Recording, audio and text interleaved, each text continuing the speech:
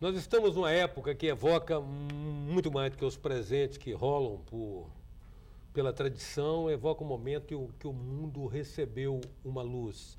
Mas a partir dessa nova luz, nova divisão se instalou no mundo, com cada religião se julgando a detentora da verdade e do monopólio do acesso à divindade. Assim, o padre acha que ele está certo, o pastor acha que ele está certo, o espírita acha que ele está certo, o xamã acha que ele está certo, o macumbeiro acha que ele está certo e vai por aí afora. Então vamos conhecer uma nova perspectiva espiritual que surgiu na antiga Pérsia, hoje Irã, a fé Bahá'í. E para isso vamos conversar com o nosso entrevistado de hoje, que é Marcos Penassé, um membro da comunidade Bahá'í aqui do Espírito Santo. Vamos definir, vamos explicar exatamente o que é a religião Bahá'í, qual é o fundamento doutrinário, o que ela propõe. A fé Bahá'í é uma religião mundial e, a princípio, ela trabalha em 3 unidades. A unidade de Deus, a unidade da religião e a unidade da humanidade. Isso quer dizer que só existe um Deus, a religião é uma que liga o homem a Deus, apesar de vários nomes, várias denominações, e outra é que nós, seres humanos, somos todos iguais, em essência, por isso somos uma unidade divina também. Então há um acatamento e uma reverência aos avatares trazidos por cada religião. Nós vemos tantos, né? Isso, a ideia do avatar é interessante, e como você falou no momento, são pontos de vista diferentes. Em momentos diferentes também da humanidade. Em momentos diferentes. É como nós olhássemos o sol através de várias janelas, cada uma com vidro de uma cor. Se eu olhar pela janela do vidro vermelho, o sol vai ser vermelho. Se eu olhar pelo vidro azul, o sol vai ser azul. Mas se essas janelas todas forem abertas, a gente vai ver que o sol é um só. O que muda é só o ponto de vista. Mas na realidade, todas as religiões têm o seu fundamento de verdade. E todas elas levam a Deus, que é um só. Agora, Marcos, me parece que vocês também trazem uma compreensão de que cada religião ou cada avatar desse expressa um momento da humanidade no seu caminhar rumo à espiritualidade, né? Isso, é a ideia da religião progressiva. Nós acreditamos que Deus, com a sua infinita sabedoria, envia a terras, em cada época, um mensageiro de Deus, trazendo uma mensagem adequada ao povo daquela época. Então ele mandou Abraão, Krishna, Zoroastro, Buda, Maomé, o seu próprio filho Jesus, né? Maomé, como eu já disse, o Bábí e Bahá'u'lláh. Então cada um desses traz uma mensagem apropriada a cada época. É como um professor que ensina aquilo que a criança está apropriada a ouvir no primeiro ano e por aí vai até chegar à universidade. Ou seja, o professor do pré-primário, de repente, é tão importante nessa formação quanto o professor da pós-graduação. Cada um tem sua parte nesse processo. Exatamente, cada um ao seu tempo. Então, por mais que o professor que ensina lá no início, na tenra idade, saiba sobre conhecimentos profundos, ele vai falar de uma determinada maneira, porque a criança só tem aquela capacidade de compreensão. À medida que essa criança cresce, tem um aprendizado, ele pode ter contato com outros conhecimentos, conhecimentos mais aprofundados. Então Deus, com a sua infinita sabedoria, sabe disso da humanidade. Um homem de 2.000, 3.000 anos atrás tem uma compreensão do mundo totalmente diferente do mundo de hoje, com toda essa tecnologia que existe, por exemplo. Bom, então depois de Jesus, que data, né? Ele data a história da humanidade, a história pelo menos do Ocidente, Sim, né? do Ocidente. Nós tivemos então, na verdade, Maomé e Bahá'u'lláh. Isso, após Jesus, um outro mensageiro, Maomé, e o Bábí e Bahá'u'lláh, que foi uma manifestação. Quem é esse personagem, o Bábí? O Bábí, a tradução do nome quer dizer a porta. Ele foi um mensageiro de Deus que veio anunciar a vinda de Bahá'u'lláh, que é o mensageiro de Deus que veio trazer a mensagem para o mundo de hoje, para esse mundo de comunicação, desse mundo que se consegue se relacionar com os povos de todos os mundos, que é uma realidade muito distinta da época de Jesus Cristo. Isso não quer dizer que a mensagem de Jesus Cristo ela deixou de ter valor. Amar e perdoar jamais vai se passar. Esses são princípios espirituais. Todo mensageiro traz uma mensagem eterna e duradoura. Agora, os princípios sociais, elas passam a ser outros. Por exemplo, direitos iguais entre homens e mulheres. A mulher, na época de Jesus Cristo, tinha um papel social totalmente diferente da mulher dos dias de hoje. Por isso, o papel social dela diante da religião deve ser outro. O homem deve ter direitos iguais entre homens e mulheres.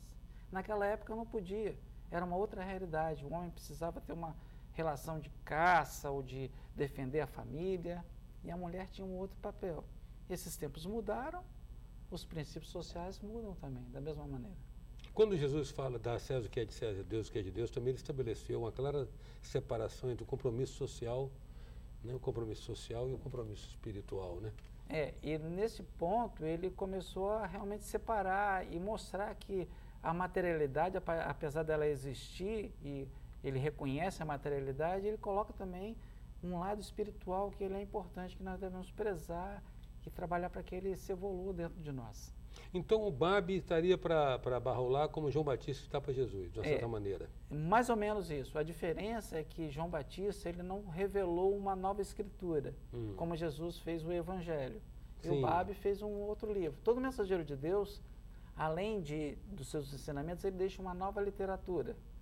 Corão de Maomé, o Evangelho de Jesus Cristo, né, o Tripitakas do Buda, o Babi, o Bayan e Bahá'u'lláh, o Kitab Actas. Então, cada mensageiro ele é reconhecido como uma religião mundial por conta dessas questões. Em 9 minutos, a presença de Marcos Espinacé, membro da comunidade Bahá'í do Espírito Santo. Nós voltamos já.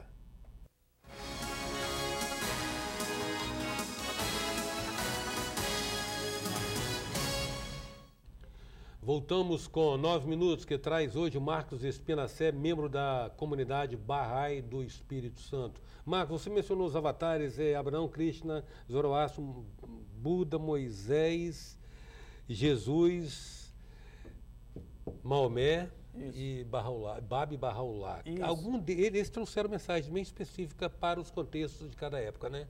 Por exemplo, mensagem de Abraão, qual teria sido? Abraão, ele veio falar basicamente da unidade de Deus.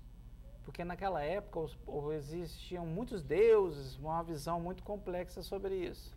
Então o trabalho dele maior foi falar, Deus é um, existe um único Deus. E a partir daí todas as religiões falam sobre isso, né? Buda, ele fala sobre o desprendimento. Ele falou muito sobre que o homem deveria se desprender da questão da materialidade e se dedicar a uma evolução espiritual. Moisés, ele fala sobre a justiça.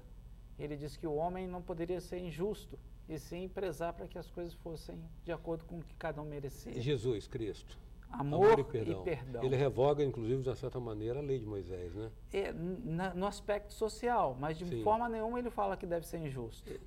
Não é? Agora, nos aspectos sociais... A lei do talião, por exemplo, que alguns atribuem a esse momento anterior do cristianismo, antes da chegada de Jesus, né? Sim, que aí estava em vigor o que Moisés tinha falado, que era o mensageiro imediatamente anterior a Jesus Cristo.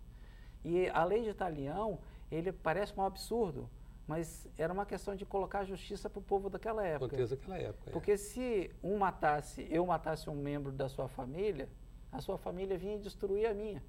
Então, para diminuir isso naquele povo daquela época, era necessário que se estabelecesse uma justiça de alguma forma. E a mensagem de Bahá'u'lláh?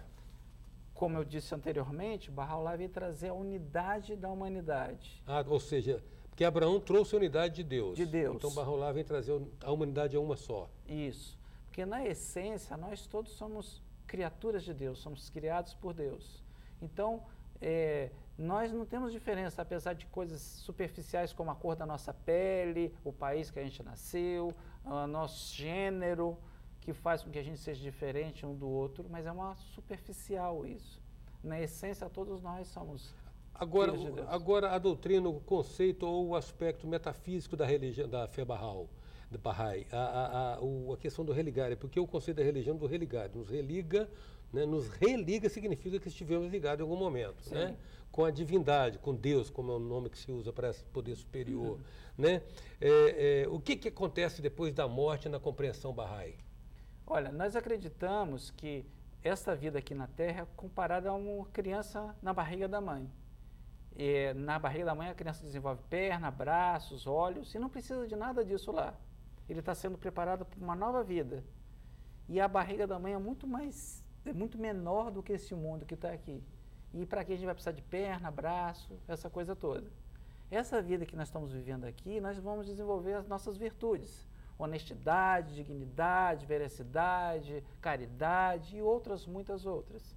Mas essas qualidades, tem muita gente que não tem isso aqui e vive muito bem. Só que isso é um preparo para uma vida posterior. Então, se nós não tivermos a perna na barriga da mãe, a gente vai ter dificuldade de locomoção nesse mundo. Se nós não tivermos as qualidades, a gente vai ter dificuldade de lidar com outro mundo que é só espiritual.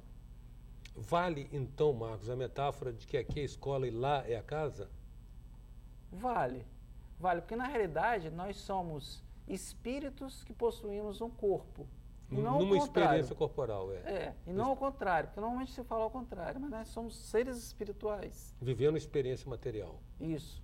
Para que a gente possa, de alguma maneira, se preparar para um mundo como esse. Então é essa existência aqui que nos oportuniza, que nos dá essa possibilidade de aprimoramento, de aquisição dessas virtudes que vão nos permitir, digamos, andar melhor lá, estar melhor lá. A ideia é essa mesmo, é como essa criança na barriga da mãe, porque a mãe come por ela, a mãe anda por ela, a mãe vê por ela.